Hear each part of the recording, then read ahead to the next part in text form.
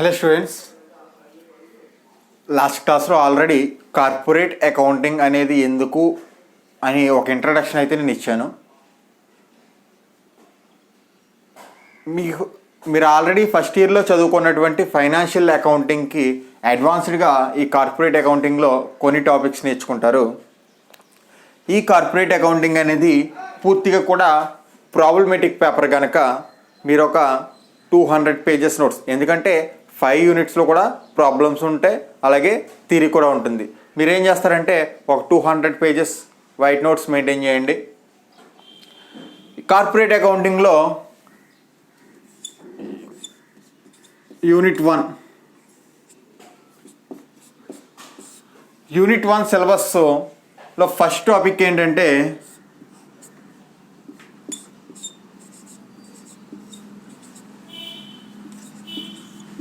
Issue of shares.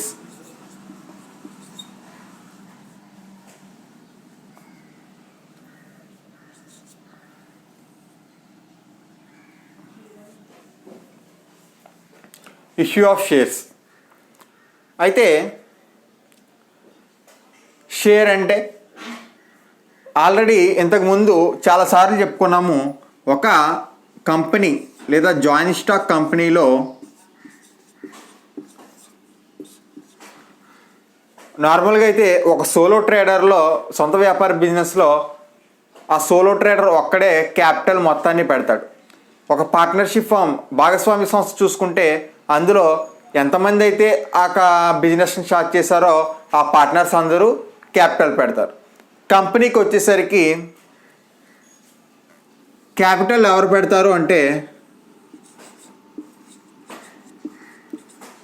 Share holders, వాటాదారులు. Share holders, వాటాదారులు అనేవాళ్ళు క్యాపిటల్లో కంపెనీలో పెడతారు. వాటాదారులు ఎంతమంది అయినా ఉండవచ్చు, సర్టన్ లిమిటెడ్ అని ఏమీ లేదు. ఒక కంపెనీలో షేర్ హోల్డర్స్ ఎంతమంది అయినా ఉండొచ్చు. అయితే ఇక్కడ ఫస్ట్ నేర్చుకోవాల్సింది ఏంటంటే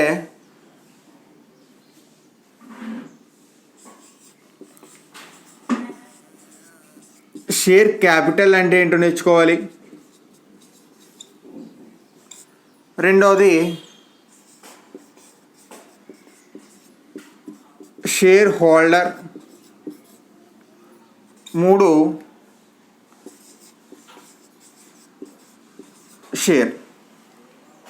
అంటే ఈ యూనిట్లో ప్రాబ్లం చేసినంతసేపు కూడా కొన్ని పదాలు రిపీట్ అవుతూనే ఉంటాయి. ఆ పదాలకి మీనింగ్ నేను చెప్తాను, మీరు జాగ్రత్తగా వినండి. దాంతోపాటు ఈ యూట్యూబ్ క్లాస్ వల్ల ఉన్న ఒక అడ్వాంటేజ్ ఏంటి అంటే నేను జనరల్గా చెప్తాను మీకు, నేను ఏదైతే క్లాస్ చెప్తానో దాని వెంటనే రన్నింగ్ నోట్స్ అప్లై చేయండి అని. ఆ క్లాస్లో లెసన్ చెప్పినప్పుడు రన్నింగ్ నోట్స్ ఫాలో అవ్వచ్చు లేదా ఫాలో అవ్వలేకపోవచ్చు, కానీ ఈ యూట్యూబ్ క్లాస్లో ఖచ్చితంగా మనం రన్నింగ్ నోట్స్ అనేది ఫాలో అవ్వచ్చు. ఎందుకంటే ఎక్కడైనా ఒక 10 సెకండ్స్ స్పీడ్ అయినా సరే మీరు వీడియోని పాజ్ చేసి మళ్ళీ ఒక 10 సెకండ్స్ బ్యాక్ వచ్చి నేను ఏదైతే చెప్పానో అది చాలా క్లియర్గా మళ్ళీ మీరు నోట్స్లో రాసుకోవచ్చు. సో షేర్ క్యాపిటల్ అంటే షేర్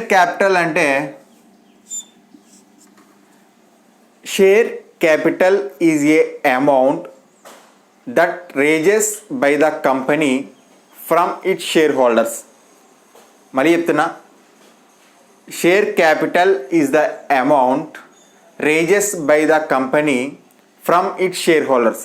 అంటే కంపెనీ తమ వాటాదారుల నుండి సంపాదించిన సొమ్మును షేర్ క్యాపిటల్ అంటాం. కంపెనీ తన వాటాదారుల నుండి సంపాదించిన సొమ్మును షేర్ క్యాపిటల్ అంటాం. ఈ షేర్ క్యాపిటల్ ఉంటేనే బిజినెస్ అనేది రన్ అవుతుంది. బిజినెస్ రన్నింగ్కి క్యాపిటల్, మూలధనం ఎంత అవసరమో కంపెనీకి షేర్ క్యాపిటల్ అంత అవసరం. ఇప్పుడు షేర్ హోల్డర్ అంటే ఎవరు, వాటాదారుడు అంటే ఎవరు? Share holder is a person who ones shares in a company. ఒక కంపెనీలో వాటాలను కలిగి ఉన్న ఒక వ్యక్తిని లేదా సంస్థని వాటాదారుడు అంటాం. అది ఒక కంపెనీ కావచ్చు, ఒక ఇండివిజువల్ కావచ్చు. ఒక విడి వ్యక్తి మాత్రమే కొనాలని లేదు. ఒక కంపెనీ ఇంకో కంపెనీలో వాటాలను కొనవచ్చు, లేదా ఒక సంస్థ వేరే కంపెనీలో వాటాలను కొనవచ్చు, లేదా వేరే అదర్ పర్సన్ ఎవరైనా సరే కంపెనీలో వాటాలను కొనవచ్చు. సో ఇక్కడ ఏం చెప్తాడంటే షేర్ హోల్డర్ అంటే ఏ వ్యక్తి అయితే ఒక కంపెనీలో వాటాలను కలిగి ఉన్నాడో తన పేరు మీద అతన్ని షేర్ హోల్డర్ అంటాం.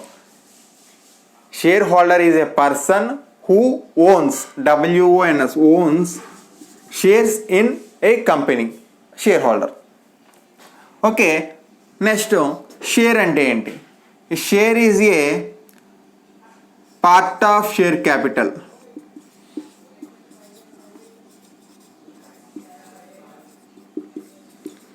Share is a part of share capital.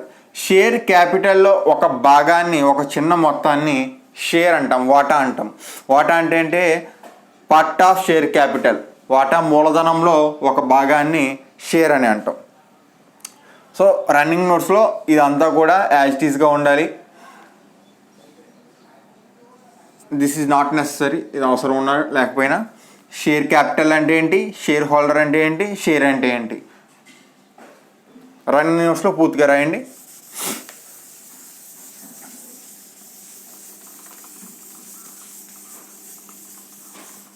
అలాగే షేర్ అంటే పార్ట్ ఆఫ్ షేర్ క్యాపిటల్ అంటే ఒక కంపెనీలో షేర్ క్యాపిటల్ 1 lakh, కంపెనీ యొక్క షేర్ క్యాపిటల్లో ₹1,00,000 ఉందనుకో. ఇది కంపెనీ ఏం చేస్తుందంటే ఈ ₹1,00,000 ఎలా అంటే 10,000 షేర్స్, 10,000 వాటాలు ఇంటూ ₹10 ఈచ్. ఈ ₹1,00,000 ఎలా తీసుకుంటుంది అంటే ఆ ₹1,00,000ని 10,000 వాటాలు, వాటా ఒక్కొక్కటి ₹10, 10,000 షేర్స్ ఆఫ్ ₹10 ఈచ్. అంటే 10,000 షేర్స్ ఒక్కొక్కటి ₹10 కాబట్టి 10,000 ఇంటూ 10 1 lakh వస్తుంది. సో ఇక్కడ షేర్ వాల్యూ ఎంత అంటే షేర్ వాల్యూ వాటా విలువ ₹10. షేర్స్ ఎన్ని, హౌ మెనీ షేర్స్ అంటే 10,000 షేర్స్, 10,000 వాటాలు. ఇక్కడ షేర్ అంటే పార్ట్ ఆఫ్ షేర్ క్యాపిటల్ అని చెప్తున్నాను కదా. మొత్తం షేర్ క్యాపిటల్ని ఇలాగా ₹10 కింద కొన్ని పార్ట్స్గా డివైడ్ చేసేస్తే ఒక సింగిల్ పార్ట్ని మనం షేర్ అంటాం. ఇవన్నీ షేర్స్ అండి. ఈ షేర్స్ అన్నిటిని కలిపితే వచ్చేది షేర్ క్యాపిటల్.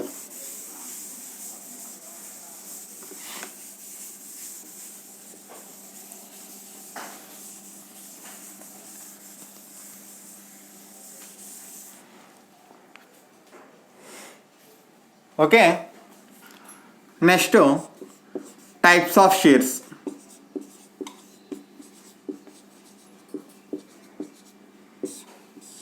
సింపుల్గా ఎక్స్ప్లెయిన్ చేస్తాను ఇది, ఎందుకంటే టైప్స్ ఆఫ్ షేర్స్ అనేది ఇంటర్ నుంచి కూడా మీరు చదువుతున్నదే.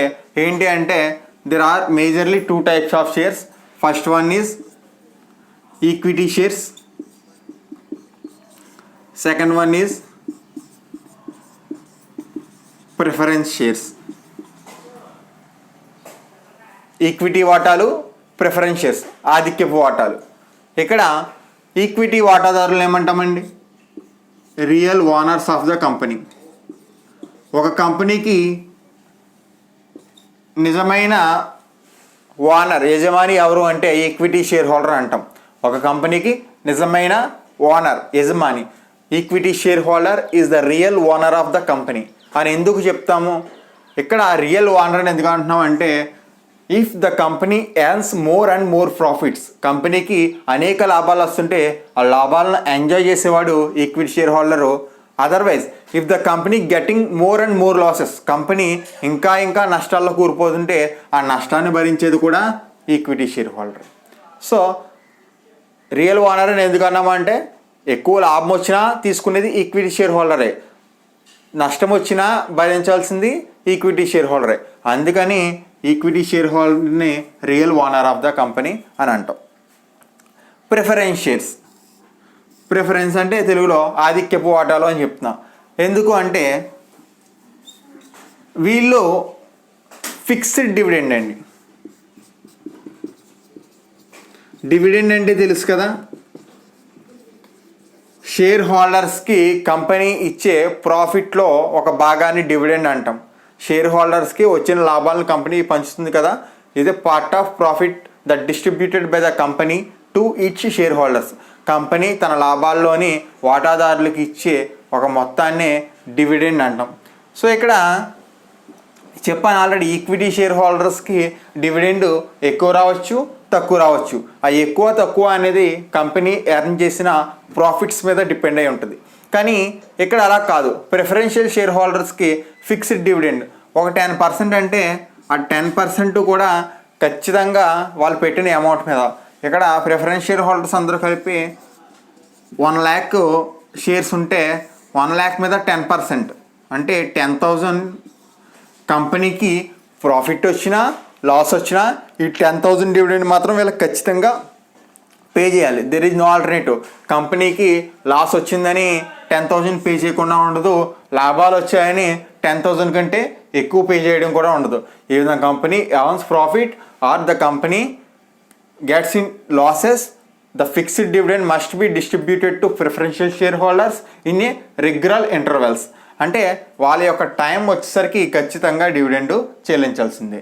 ఇది ఒకటి. ఇంకొకటి ఏంటంటే, ఎప్పుడైనా at the time of liquidation company దివాలా తీయాల్సిన పరిస్థితి వస్తే, ఐపీ అంటాం కదా, ఆ టైప్లో కంపెనీ ఎప్పుడైనా దివాలా తీస్తే కంపెనీలో ఉన్న ఆస్తులన్నీ అమ్మేస్తారు. ఆస్తి అప్పుల పట్టీలో ఆస్తులు ఉంటాయి కదా, land and buildings, furniture, machinery, ఈ ఆస్తులన్నీ అమ్మేసి లయబిలిటీ సైడ్ ఉన్న అప్పులు ఉంటాయి కదా, ఆ అప్పులు తీర్చేస్తారు.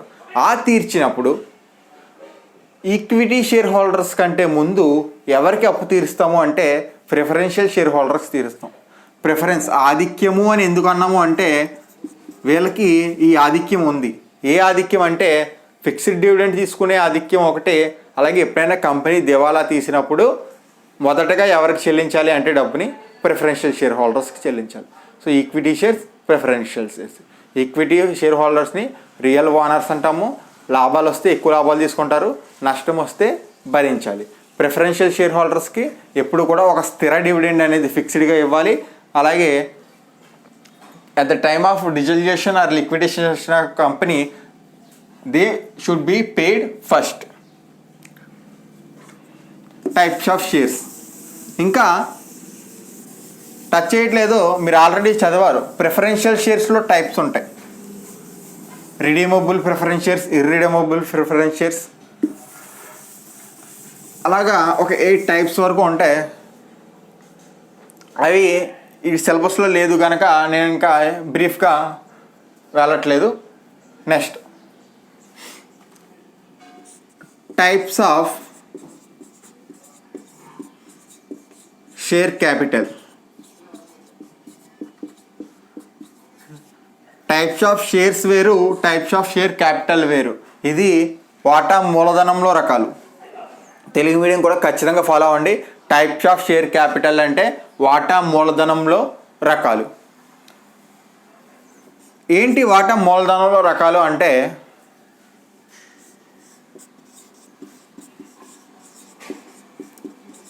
authorized or registered share capital. authorized or registered share capital ఏదైనా ఒకటే.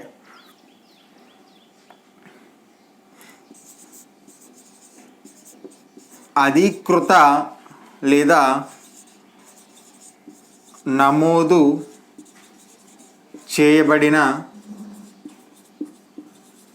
మూలధనం. తెలుగులో ఏమంటారంటే అధికృత లేదా నమోదు చేయబడిన మూలధనం. 2 ఇష్యూడ్ షేర్ క్యాపిటల్.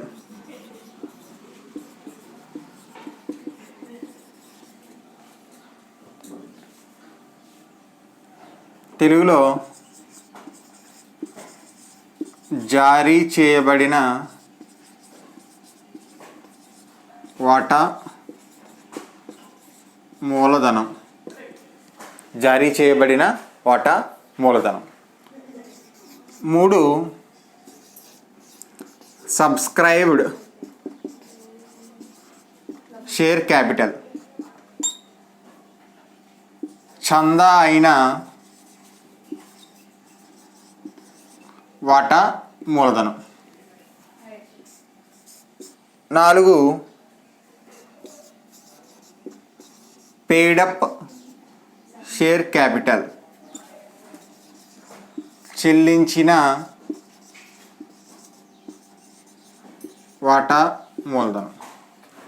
సో ఇవండి మేజర్ టైప్స్ ఆఫ్ షేర్ క్యాపిటల్లో authorised or registered share capital, issued share capital, subscribed share capital, paid up share capital అని ఉంటాయి.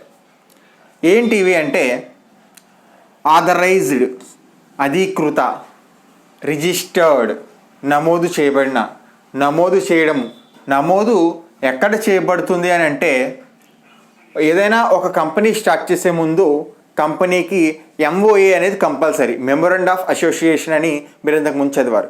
ఈ మెమోరాండం ఆఫ్ అసోసియేషన్లో క్యాపిటల్ క్లాజ్, మూలధనము అని చెప్పి ఒక మూలధన క్లాజు అని చెప్పి ఒక క్లాజ్ ఉంటుంది. ఆ క్లాజ్లో మన కంపెనీ యొక్క మూలధనం ఎంతైతే పెట్టామో, ఫర్ ఎగ్జాంపుల్ అక్కడ కంపెనీ మూలధనము ఒక 10 లక్షలు పెట్టాము అంటే అదే ఆథరైజ్డ్ క్యాపిటల్ అంటుంది. అంటే మెమోరాండం ఆఫ్ అసోసియేషన్లో క్యాపిటల్ క్లాజ్లో ఏదైతే క్యాపిటల్ మనం పెట్టామో అదే ఆథరైజ్డ్ క్యాపిటల్. ఈ ఆథరైజ్డ్ క్యాపిటల్ కంటే ₹1 కూడా మనం పెంచడానికి వీల్లేదు. కంపెనీలో రిజిస్టర్డ్ ఎంత చేసాం మనము, 10 lakhsకి రిజిస్టర్ చేసాం కంపెనీని. సో నువ్వు మ్యాక్సిమము 1 లక్ష నుంచి లేదా 10 లక్షల వరకు మూలధనాన్ని పెంచుకోవచ్చు తప్ప 10 లక్షల కంటే ₹1 కూడా పెంచడానికి వీల్లేదు. ఎందుకంటే సంస్థాపన పత్రం మెమోరాండం ఆఫ్ అసోసియేషన్లో నువ్వు ఓన్లీ 10 lakhs మాత్రమే రిజిస్టర్ చేసావు. రెండవది issued share capital. Memorandum of అసోసియేషన్లో అది ఒక నెంబర్ మాత్రమే. మనం 10 లక్షలు ఇచ్చుకోవచ్చు, 20 లక్షలు ఇచ్చుకోవచ్చు, లేదా 50 లక్షలు ఇచ్చుకోవచ్చు. మనం పెట్టినంత సులువుగా ఆ అమౌంట్ని తీసుకురావడం అనేది కష్టం. ఎందుకంటే ఒక బిజినెస్ స్టార్ట్ చేసేటప్పుడు మనల్ని నమ్మి మన కంపెనీలో వాటాలు కొంటారా అంటే ఆ కొనడం కొద్దిగా కష్టమే. సో అందుకని ఏం చేస్తుందంటే కంపెనీ 10 లక్షలు అంటే 10 లక్షల వరకు ఉండొచ్చు, అంటే 10 లక్షల కంటే తక్కువగా కూడా ఉండవచ్చు. సో ఇప్పుడు కంపెనీ ఏం చేస్తుందంటే ఇష్యూడ్ క్యాపిటల్ ఎంత అంటే ఒక 5 lakhs. ఇష్యూడ్ క్యాపిటల్ ఎంత అండి, 5 lakhs. తెలుగులో జారీ చేయబడిన వాటా మూలధనం. కంపెనీ ఎంత మూలధనాన్ని జారీ చేస్తుంది అంటే 5 లక్షలు జారీ చేస్తుంది. ఈ జారీ ఎలాగనేది, ఇష్యూ ఎలాగనేది నేను నెక్స్ట్ క్లాస్లో చెప్తాను. ఇక్కడ ఇష్యూడ్ క్యాపిటల్ 5 lakhs అంటే ఎప్పుడు కూడా ఆథరైజ్డ్ క్యాపిటల్ కంటే కూడా ఇష్యూడ్ క్యాపిటల్లో తక్కువే ఉంటుంది. ఎందుకంటే చెప్పాను కదా ₹1 కూడా పెంచడానికి వీలు లేదు. సో ఇష్యూడ్ క్యాపిటల్ ఎంత, కంపెనీ ఇచ్చింది ఎంత అంటే 5 లక్షలు. నెక్స్ట్ సబ్స్క్రైబ్డ్ క్యాపిటల్ అంటే చందా అయిన మూలధనం. కంపెనీ ఇక్కడ ఏమంటుంది అంటే మా కంపెనీలో ఏబీసీ అనే కంపెనీలో 5 లక్షల విలువ గల వాటాలను మేము పబ్లిక్ ఇష్యూ అంటే బయటకు ప్రజలకి ఇస్తున్నాము, ఆసక్తి కలవారు ఎవరైనా సరే చందా చేసుకోవచ్చు అని చెప్పి ఇస్తుంది. అంటే ABC company is issuing the shares worth of 5 lakhs. ఇక్కడ కంపెనీ 5 lakh రూపీస్ షేర్స్ అనేవి ఇష్యూ చేస్తుంది కదా అని చెప్పి ఏబీసీ కంపెనీలో షేర్స్ ఉన్నాయి కొంటామా అంటే మనం కొంటామా అండి? ఆ కంపెనీ గురించి పూర్తిగా తెలిసి నీకు ఆ కంపెనీలో లాభాలు వస్తాయన్న నమ్మకం ఉండి ఆ కంపెనీలో ఇంట్రెస్ట్ చేస్తే నీకు ఫర్దర్గా బాగుంటుంది అని తెలిసి నమ్మకం ఉంటేనే ఆ కంపెనీలో షేర్స్ అనేవి నువ్వు కొంటావు. సో కంపెనీ 5 lakhs ఇష్యూ చేసింది, కానీ అక్కడ పబ్లిక్ ఎంతమంది తీసుకున్నారు, పబ్లిక్ ఎంత తీసుకున్నారు అంటే చెప్పాను కదా ఆథరైజ్డ్ క్యాపిటల్ 10 లక్షలు అని చెప్పాను, ఇష్యూడ్ క్యాపిటల్ 5 లక్షలు. కంపెనీ 5 లక్షలు బయటకు వదిలింది అంటే డబ్బులు కాదండి వదలడం అంటే 5 లక్షలు విలువగా వాటాలు ఉన్నాయి, మీరు ఎవరైనా సబ్స్క్రైబ్ చేసుకుంటే మాకు ఆ డబ్బు కట్టి మీ పేరు మీద వాటాలు ట్రాన్స్ఫర్ చేసుకోండి అని దాని అర్థం. ఇక్కడ ఫర్ ఎగ్జాంపుల్ మనం ఒక 3 లక్షలు మాత్రమే అయ్యింది అనుకోవచ్చు. సో 5 లక్షల విలువ గల వాటాలను కంపెనీ బయటకు వదిలితే ఆ కంపెనీకి అంతగా పెద్ద డిమాండ్ లేకపోవడం వల్ల దానిలో 3 లక్షల విలువ గల వాటాలు మాత్రమే తీసుకున్నారు ప్రజలు. Next paid-up capital. Paid-up capital అనేది సబ్స్క్రైబ్డ్ క్యాపిటల్లో భాగం. చందా చేసుకున్నాం. చందా చేసుకోవడం అంటే 3 లక్షల విలువ గల షేర్లు తీసుకోవడానికి మాకు ఆమోదమే అని చెప్పి ప్రజలు ఒప్పుకున్నారు. ఒప్పుకున్న తర్వాత 3 లక్షలు ఒక్కసారిగా చెల్లించాల్సిన అవసరం లేదు. 3 లక్షలు కూడా ఒక్కసారిగా సింగిల్ పేమెంట్లో చేయాల్సిన అవసరం లేదు. ఈ 3 lakhsని మనము కొన్ని టర్మ్స్ కింద కంపెనీ అడిగినప్పుడు పే చేస్తాం. అది దాని మీదే మొత్తం ప్రాబ్లమేటిక్ అంతా ఉంటుంది. అది చూద్దాము.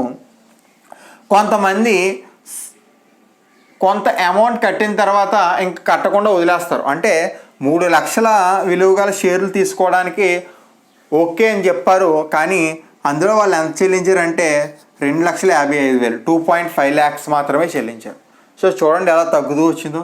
ఆథరైజ్డ్ క్యాపిటల్ 10 lakhs కంపెనీ అందులో ఇష్యూ చేసింది. Issued capital